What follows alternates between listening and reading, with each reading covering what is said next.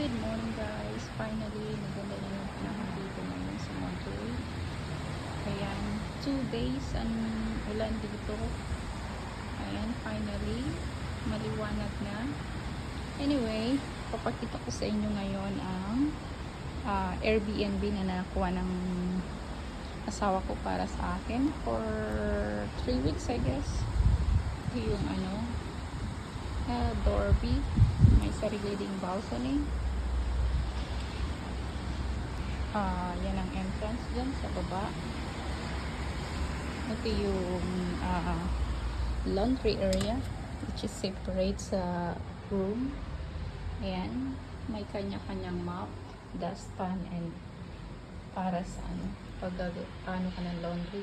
Ayan ang washing and dryer. And then ito yung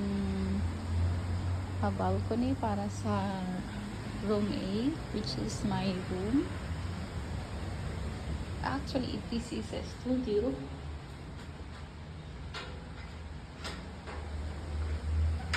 Sarado nito. Well, ito ang aking room. My kitchen.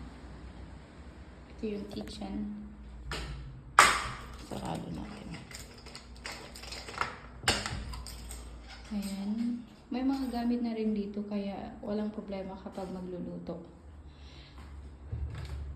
Ayan, may mga plato na rin. Baso at tasa. Ayan, may mga ano na din dito. Mga kaldero or mga ganyan. May pot. Yan, binili namin sa grocery para may gagamitin ako pagluto. And then, tubig. Nagbili na kami ng tubig. And then, ito yung bathroom. Ayan. Sliding door para sa shower. Hot and cold na rin yung shower dito. And then, ito yung dining table. Just my 3 chair. And then, yan ang aking bed. Katapos ko lang magpalit din ng bedsheet. Ayan, may couch na rin dito. And then, yan ang TV, aircon. And then, may mini office. Kung ang mag-stay dito may trabaho. So, pwedeng gawing office.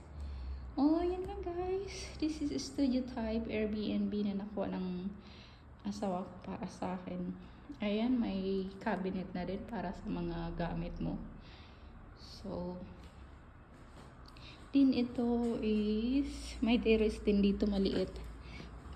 Yan. Ayan lang ang highway. Malapit lang din. Ito may maliit na balcony dito. Finally, mainit na. Okay, yun lang guys. Bye!